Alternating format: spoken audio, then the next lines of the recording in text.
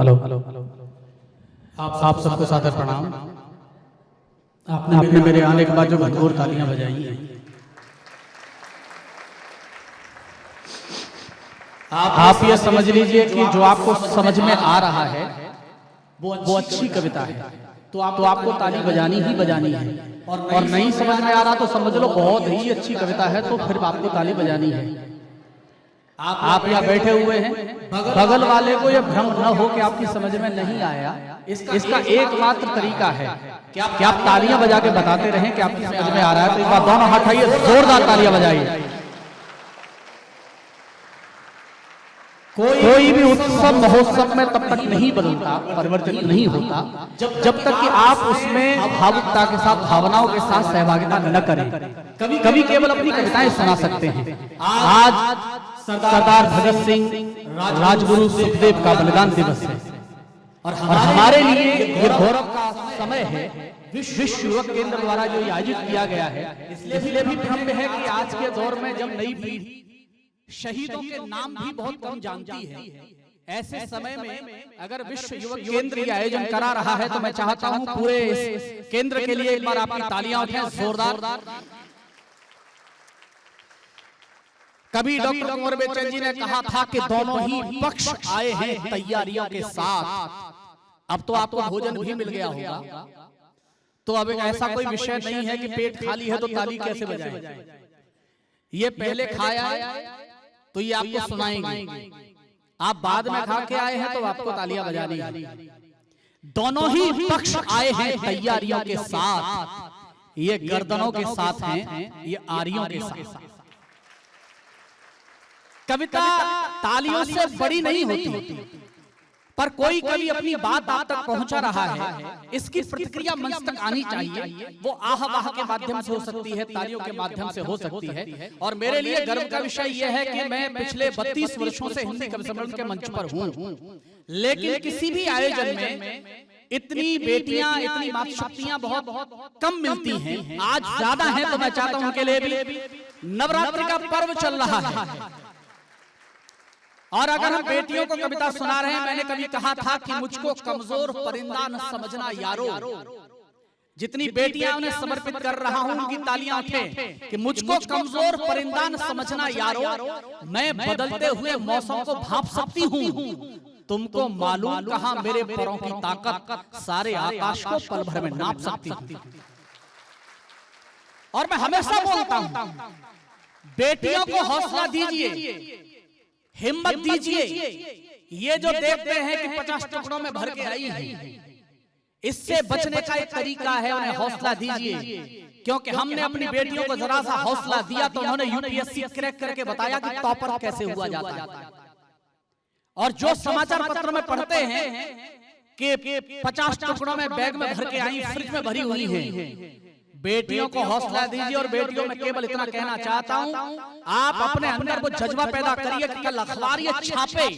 मेरे एक मित्र हैं महेंद्र नेह, उन्होंने कहा कि जान मुश्किल में आ गई होगी, एक दहशत सी छा गई होगी, कि भेड़ियों की जमात जंगल से घुस के बस्ती में आ गई होगी, एक चिड़िया के हाथों कत्ल हुआ। और अगले मिसरे पर अगर रोमांच पैदा हो जाए तो तालियां उठा लेना। एक चिड़िया के हाथों कत्ल हुआ, बाज से तंग आ गई होगी। हमारे भाई अजीत जी जो प्रारंभिक संचालन कर रहे थे, आलोक वत्स जी यहां पर हैं, उदय जी यहां पर, और तमाम लोग महरी जो आगे बैठे हुए उनको भी प्रणाम करता हूं। केवल इतना कहना चाहता हूं कि आत्मा के सौंदर्य का शब्द रूप है काव्य।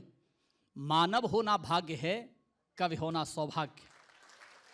हम इस परंपरा को जीते हैं, लेकिन नवरात्रि का पर्व चल रहा है। मैं यह भी कहना चाहता हूं कि मां पानी है जो ढले बर्तन के अनुरूप। मां पानी है, आलोक जी आपको समर्पित कर रहा हूं कि मां पानी है जो ढले बर्तन के अनुरूप। ईश्वर तक अनजान है मां के कितने रूप। ईश्वर तक अनजान है मां के कितने रूप। हमने कोरोना देखा, ये स्थितियां देखी कि कवियों को लग रहा था कि घर से बाहर कभी निकलेंगे नहीं निकलेंगे।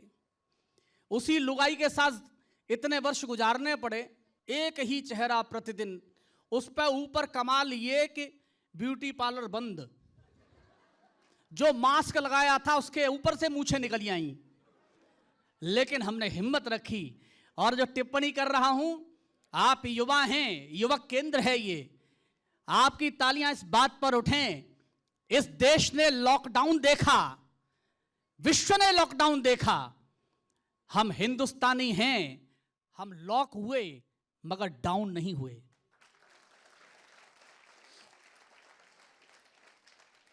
तो ये हौसला रहना चाहिए। कभी स्वर्गीय देवल आशीष जी ने कहा था, चाहे स्थितियां जो भी हों, मिडिल ईस्ट में जंग चल रही है, आप सब जानते हैं, लेकिन फिर भी कवि सम्मेलन की परंपरा मुरझाने वाली नहीं है, उदास रखने वाली नहीं है। ये भारत उत्सव धर्मी देश रहा है। चाहे पूरी दुनिया मंगल पर जीवन ढूंढती हो, लेकिन यह हिंदुस्तान है जो जीवन में मंगल ढूंढता है।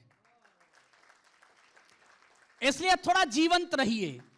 कवियों के पास वही कविताएं हैं, लेकिन आपकी प्रतिक्रिया बेहतर होगी तो शायद कवि अपने आप से जो बेहतर से बेहतर हमारे पास है वो आपको समर्पित करेगा। उसकी जिम्मेदारी आपकी है। मैं केवल इतना ही कहना चाहता हूं, देवल जी ने कहा कि मोहब्बत के शहर का आबो दाना छोड़ देंगे क्या? मोहब्बत के शहर का आबो दाना छोड़ देंगे क्या? जुदा होने के डर से दिल लगाना छोड़ देंगे क्या? और जिनकी तालियां खामोश रही हैं, उनकी भी तालियां उठें अगली बात पर। मोहब्बत के शहर का आबो दाना छोड़ देंगे क्या? जुदा होने के डर से दिल लगाना छोड़ देंगे क्या? जरा सा वक्त क्या बीता कि चेहरों पर उदासी है? और भारत एक बार अपनी तालियां उठाकर बताए कि जरा सा वक्त क्या गुजरा कि चेहरों पर उदासी है? गमों के खौफ से हम मुस्कुराना छोड़ देंगे क्या? आइए मैं कार्यक्रम को प्रारंभ करूं। देश के 3 कवि कवित्री यहां हैं, एक मैं यहां खड़ा हुआ हूं। आप ये समझिए बहुत अच्छे कवि हैं और मैं सबसे अच्छा। केवल इतना कहना चाहता हूं, मां बागेश्वरी की वंदना करते हुए कि मुस्कुराती जिंदगानी चाहिए, शब्द की ऐसी रवानी चाहिए, सारी दुनिया अपनी हो जाती है, बस एक मां की मेहरबानी चाहिए।